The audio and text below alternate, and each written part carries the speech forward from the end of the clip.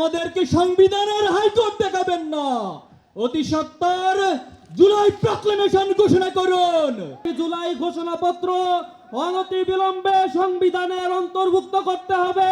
প্রয়োজনে আবার জীবন দিব, আবার রক্ত দিব, আবার জুলাই ফিরে আসবে, কিন্তু বাংলাদেশকে কোন প্যাসিবাদের হাতে আমরা তুলে দিব না ইনশাআল্লাহ। আগামীর বাংলাদেশ বিনির্মাণের জন্য এক সুবর্ণ সুযোগ আমাদের সামনে এসেছে। এই সুযোগ যেন আমরা হেলায় খেলায় না হারাই। জুলাই যেমন ছিল আমাদের জন্য কষ্টের, জুলাই মাস ছিল নির্মমতা নিষ্ঠুরতা, তেমনি জুলাই ছিল প্রতিবাদ, প্রতিরোধ এবং বিজয়ের মাস। আজকে শহীদ পরিবারদেরকে আর্তনাদ করে বলতে হয়, তারা বিচারহীনতার মধ্য দিয়ে যাচ্ছে। তারা জুলাইয়ের আকাঙ্ক্ষার যে প্রত্যাশা ছিল, এখনো শহীদ পরিবার তা পাচ্ছে না। এর যে দুঃখজনক, আমাদের জন্য আর কিছুই হতে পারে না।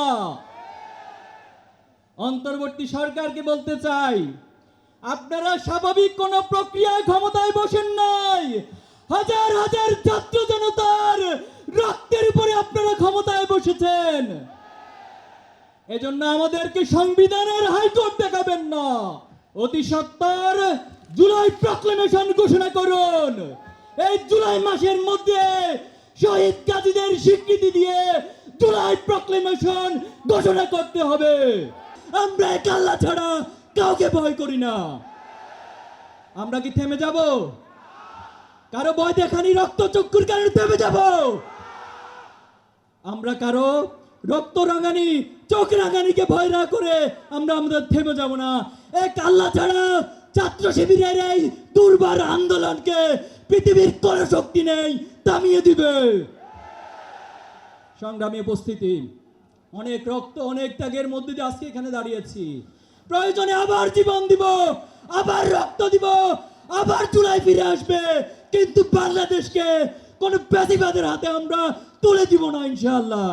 জুলাই এই আন্দোলন যাদের পাটাতনের উপরে দাঁড়িয়ে এই নব বাংলাদেশ বিনির্মাণের স্বপ্ন আমরা দেখছি, এই বাংলাদেশের সেই জুলাই যোদ্ধা শহীদ পরিবারগুলোর পুনর্বাসন, আহত পঙ্গুত্ব বরণকারী ভাইদের পুনর্বাসন করতে হবে।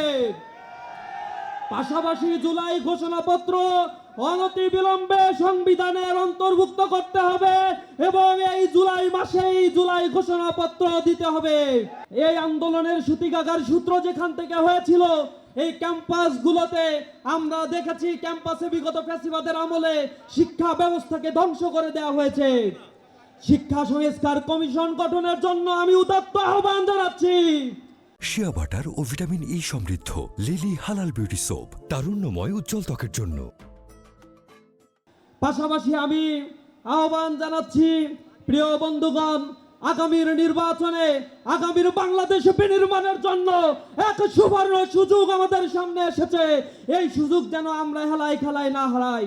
কবি নজরুলের ভাষায় বলতে চাই, দুর্গম গিরিকান্তার মরু দুস্তর পারাবার হে, লঙ্ঘিতে হবে রাত্রি নিশীতে যাত্রীর হুঁশিয়ার।